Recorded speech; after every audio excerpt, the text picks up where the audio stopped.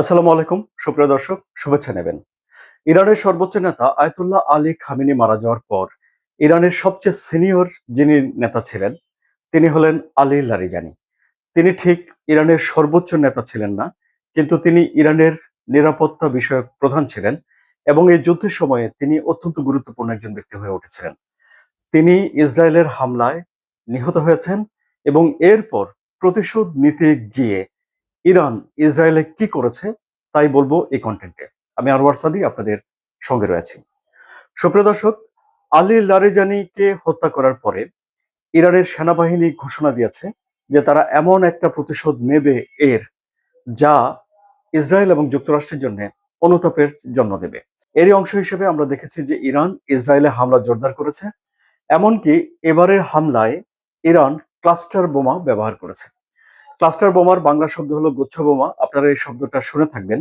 এটি হলো এমন একটা মিসাইল দেয়, এর ভেতরে অনেকগুলো বোমা থাকে। মানে ধরুন একটা বড় মিসাইলের ভেতরে অনেক ছোট ছোট মিসাইল। সো এগুলো লক্ষ্যের কাছাকাছি গিয়ে ফেটে যায় এবং ১০০টি বা তারও বেশি ওখানে বিস্ফোরক ছড়িয়ে পড়ে এবং তারা একযোগে একটা বিস্তৃত এলাকায় হামলা করে। এর সবচেয়ে বড় যেটি অসুবিধা সেটি হলো যে, যে দেশের বিপক্ষে বা যে শত্রুর বিপক্ষে এই ক্লাস্টার বোমা ছোড়া হয়, তার পক্ষে এটিকে থামানো কঠিন হয়ে পড়ে। কারণ ধরুন যে আকাশ প্রতিরক্ষা ব্যবস্থা একসঙ্গে এই ১০০টা টার্গেটকে ডিফিউজ করার জন্য এতগুলো মিসাইল ছুড়তে পারে কি? এটি একটি বড় ধরনের প্রশ্ন। ফলে ক্লাস্টার বোমা কোনো না কোনোভাবে আঘাত করেই, এটি জানা যায় এবং এটি যেহেতু বড় জায়গা নিয়ে আঘাত করে, এটি বেশ ক্ষয়ক্ষতিও করে। এসব নানান বিচার বিবেচনায় এই ক্লাস্টার বোমা যুদ্ধক্ষেত্রে ব্যবহার করা হবে কি হবে না এ নিয়ে নানা রকম বিরুদ্ধ মতামত আছে। অর্থাৎ বেশ কিছু দেশ আইন করে, মানে একটা চুক্তির ভেতরে এসে স্বীকার করে নিয়েছে যে এই ক্লাস্টার বোমা ব্যবহার করা আইনি না, কারণ এটি অনেক বেশি ক্ষতি করে। ফলে যুদ্ধক্ষেত্রে ক্লাস্টার বোমা ব্যবহার করা সাধারণ অর্থে বেআইনি। কিন্তু এখানে ইরান এবং ইসরায়েলের জন্য বিষয়টা একটু আলাদা। কারণ হলো যে, যে চুক্তিতে দেশগুলো নিজেদেরকে বেঁধে ফেলেছে যে তারা ক্লাস্টার বোমা ব্যবহার করবে না, সেই দেশগুলোর বা সেই চুক্তি করা দেশগুলোর মধ্যে ইসরায়েল নেই এবং ইরানও নেই। সুতরাং আইনগতভাবে ইরান বাধ্য নয় যে তারা এই মিসাইল বা এই বোমা ব্যবহার করবে না। ইসরায়েলও বাধ্য নয়। এখন আমরা দেখতে পেলাম যে যুদ্ধক্ষেত্রে ইরান এই বোমাটা ব্যবহার করলো। এর আগেও ইরানের বিরুদ্ধে এই অভিযোগ করেছিল ইসরায়েল যে ইরান ক্লাস্টার বোমা ব্যবহার করে, ফলে তাদের ব্যাপক ক্ষতি হয়।